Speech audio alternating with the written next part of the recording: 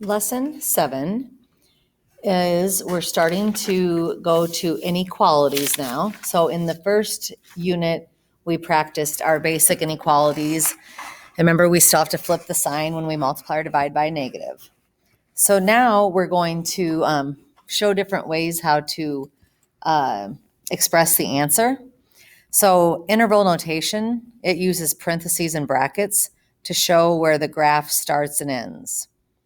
So parentheses mean not included, or like the open circle. So when you use when a graph starts or ends on an open circle. And then the brackets mean included or closed. So like where you would use a close circle. So you always use parentheses with the infinity or the negative infinity. So let's just start doing a few so that all makes sense. So number 1, we're going to solve like we normally do. So we're going to do the distributive property. So we have 4x plus 12 greater than negative 24. And then we're going to minus 12 on each side. And then we're going to divide by 4 so we don't flip the sign. And we get x is greater than negative 9. So you have to have the inequality for the answer. Then you're going to go over here and I'm going to just put negative 9 like right here and maybe negative 8 here, negative 10 here. You don't have to fill it all out. So it's an open circle at negative 9 and it's going this way because it's greater than negative 9. The variables on the left side follow the arrow. So that part we already know how to do. So interval notation, we start at negative 9 and it's not included, so that would be parentheses. And then it goes on forever, so that is the infinity symbol. And then infinity it's always parentheses whenever you use the infinity symbol. Okay, so that was the only new part, was the interval notation. Next one, we bring down your x, do the distributive property.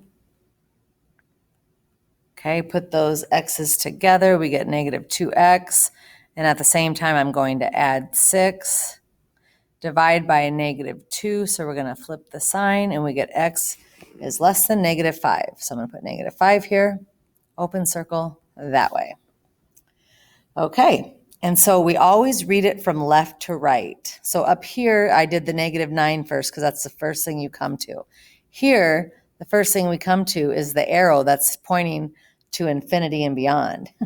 So we use the parentheses because it's infinity, but it would be negative infinity because that represents going to the left. And then the other part of the graph is negative 5, and it's parentheses because it doesn't include negative 5. It's everything less than negative 5. So if you want to pause and try the next couple, you can, or you can do them with me. I got 7x minus 2x plus 8, negative 2. Then I'm going to put those together and you get 5x. And then I'm going to minus the 8. So I get negative 10. I'm going to divide by 5. So I get negative 2. So I'm going to put negative 2 here. I'm going to color it in. I'm going to go to the left. So the first thing I come to is right here. So that's your negative infinity. And then I do negative 2, and it includes negative 2, so I'm going to use the bracket. Okay, now let's do number 4. So we have negative 8x plus 8 minus x, negative 28. Put those together, we get negative 9x. I'm going to minus 8, so that gives me negative 36. Divide by a negative 9, so I'm going to flip the sign and I get the 4. Okay, 4 this way with it colored in. So the first thing I come to if I read from left to right is the 4 with a bracket because it includes 4. And then it goes on forever, so it's infinity, and that would be your parentheses. Really pretty simple. So you go ahead and do the rest of these. And when you have variables on each side, like number 5, you just solve it like we did with the multi-step equations. So you pause it and come back to it.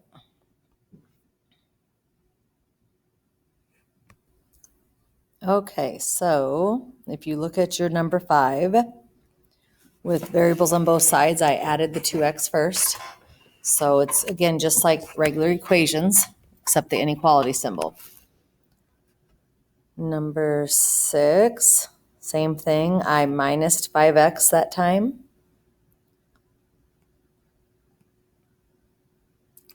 Okay, number 7, I want to remind you that we do this little sign here. We have to do minus 2x, and then we have to do plus 7 because of this negative sign here. And we end up getting that.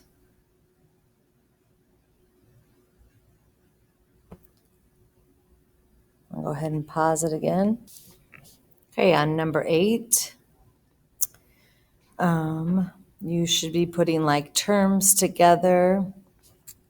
So I put these negative 3x's together, and then I minus the 2x. Make sure you're checking over here. The next one, again, that negative sign switches the sign of everything. So we got a negative x and a plus 7. And then put your like terms together. And then the last one, you switch the sign of everything on that. And then after you put like terms together, when I added 4x here, that made that a negative x here. So we were left with negative x is greater than 9. And so then we're dividing by a negative 1, which flips the sign. Okay, again, very important that you do the practice problems.